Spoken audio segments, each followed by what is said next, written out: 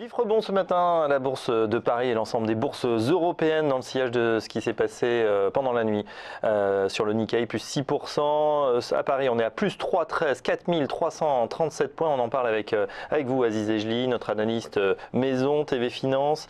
Gros volume en plus, hein. On n'est pas loin du milliard déjà après 1h20 de cotation, 931 millions d'euros échangés.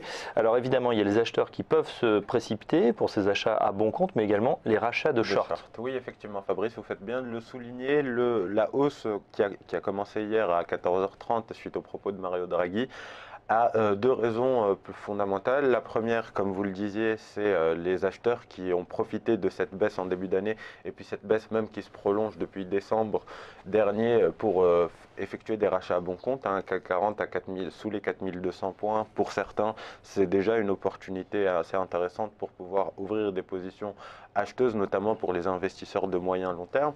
Cela dit, il n'y a pas que cette raison-là. Les achats, le rebond est plutôt également soutenu par les vendeurs qui sont obligés de déboucler leur position. Alors, les raisons sont différentes. Certains vont plutôt jouer la prudence et prendre leurs bénéfices après ce fort décrochage de début d'année où on a perdu plus de 10%. On a vu Mario Draghi annoncer que la BCE, lors de la prochaine réunion, allait revoir sa politique monétaire.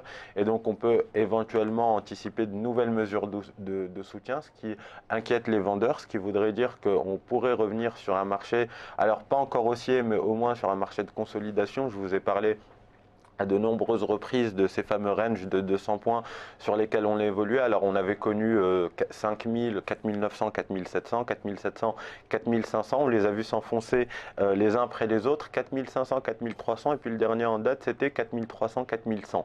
Désormais on a réintégré les 4300 points, on code 4341, ce qui voudrait dire qu'on avait un niveau de résistance ce matin vers les 4310. Il a été dépassé. Si on venait à confirmer la clôture au-dessus de ce niveau-là aujourd'hui, ce qui ferait en plus, ce qui serait renforcé par une clôture en hebdomadaire puisqu'on est vendredi, et donc réintégrer les 4310 points dans cette optique, que ce soit journalière ou hebdomadaire, ça voudrait dire qu'on pourrait avoir encore un peu de potentiel de respiration. Je ne dis pas qu'on va basculer dans un marché haussier, loin de là, mais globalement, on va le voir à l'écran, je vous ai tracé un niveau de résistance que vous voyez en rouge à 4472. Si on arrivait à raccrocher et à confirmer la clôture au-dessus des 4300 points, ça voudrait dire qu'on pourrait rentrer dans une sorte de consolidation latérale entre les 4300 et 4472. C'est bien parti actuellement, on est sur le plus haut du jour à 4342 points, plus 3,22 et si on regarde, c'est vrai, sur la semaine, on aurait pour la première fois depuis cette année une clôture de la semaine, en tout cas dans le vert. Ça n'a pas été sans mal puisqu'on se rappelle, cette semaine extrêmement volatile, plus de mardi, moins 3,45 mercredi. On a touché le fond bien en dessous de 4200 points à 4125 en clôture.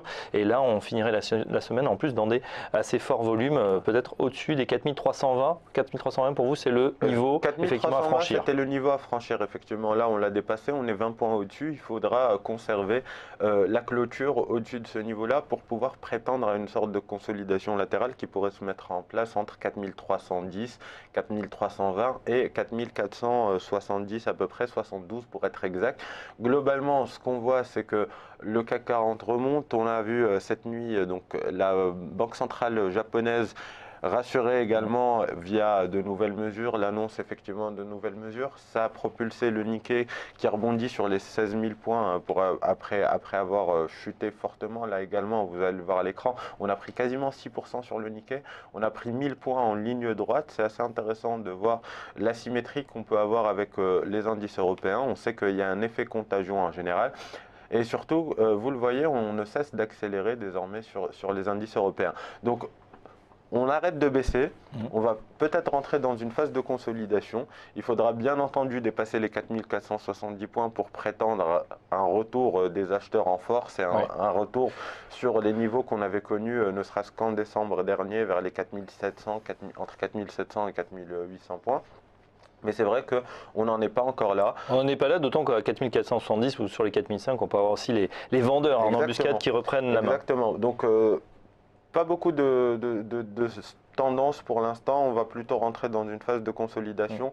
Les séances que vous évoquiez à -3, +2, +5, ça c'est signe d'un marché un peu chahuté. C'est le cas aujourd'hui. On a vu les marchés fortement décrocher, surtout sur les 2 premières semaines.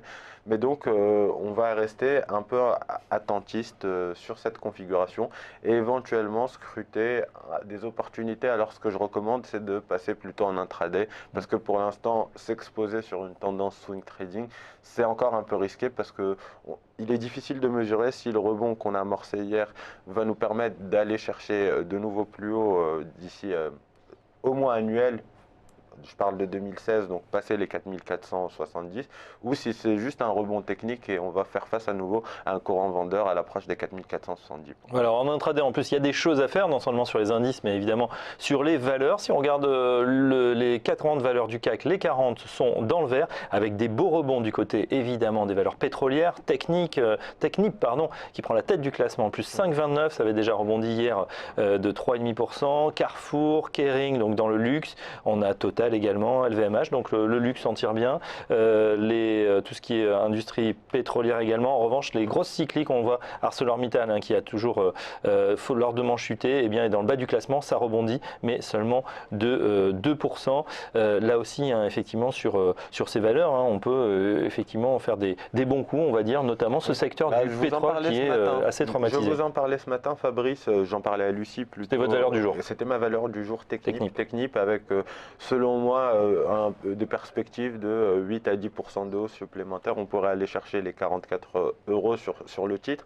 C'est vrai qu'on le voit bien, on a le pétrole à l'écran qui rebondit, le Brent qui rebondit de plus de 5,5%. Ce qui est surtout intéressant, c'est qu'on a réussi à réintégrer les 30 $. Et ce qui est intéressant, c'est qu'on a dépassé une zone de résistance aux alentours des 30 $. Donc on s'ouvre un potentiel de rebond. Alors, il est difficile à mesurer avec précision encore, mais on pourrait revenir aux alentours des 32,50 €, 33 €. Ça voudrait dire qu'on aurait une hausse supplémentaire de l'ordre de 10% sur les cours du pétrole. Cela dit, on voit bien que c'est un dossier qui reste encore épineux.